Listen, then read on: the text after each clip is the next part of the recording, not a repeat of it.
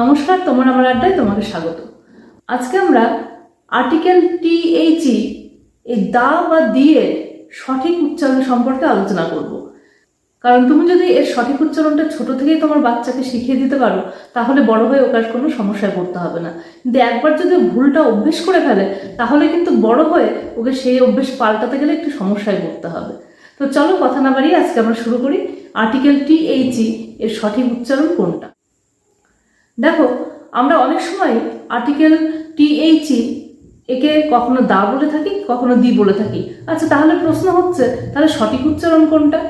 আসলে সঠিক উচ্চারণ কিন্তু দুটোই, কিন্তু তোমাকে শিখতে হবে যে কখন আমরা দা বলবো আর কখন দি।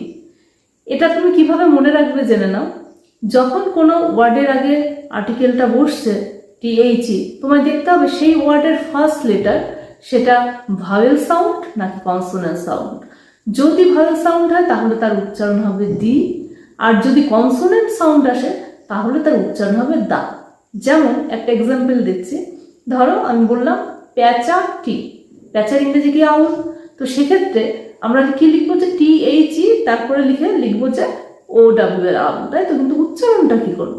যেহেতু ও থেকে আ সাউন্ড আসছে, মানে প্যাচার যে ইংরেজি আউল, আ সাউন্ড আসছে, তাহলে আমি কি বললাম?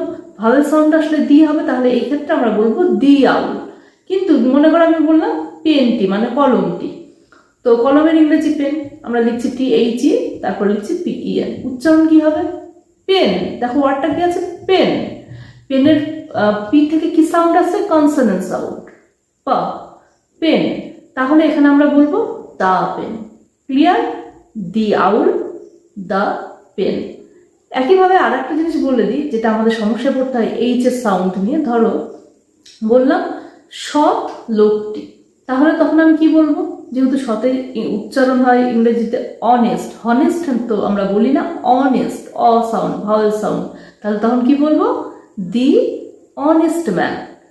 আর একইভাবে এই ছ শব্দ যখন আমরা বলি যে ধরো হোটেল, তাই না? তখন কিন্তু আমরা এইচ এর হ সাউন্ড, কনসোনেন্ট সাউন্ড করলে সেটাকে বলবো দ্য হোটেল বা দ্য হর্স, ঘোড়াটি। ওকে, তো আশা করি বুঝে গেছে ব্যাপারটা।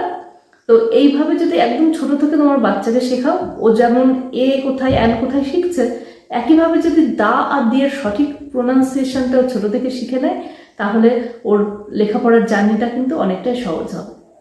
ভালো থেকো, দেখা হচ্ছে নেক্সট ভিডিওটি ভালো লাগলে একটা লাইক, কমেন্ট, শেয়ার অবশ্যই করে দিও। নতুন হলে চ্যানেলটা সাবস্ক্রাইব করে বেল সেকশনের অল প্রেস করে দিও। ওকে।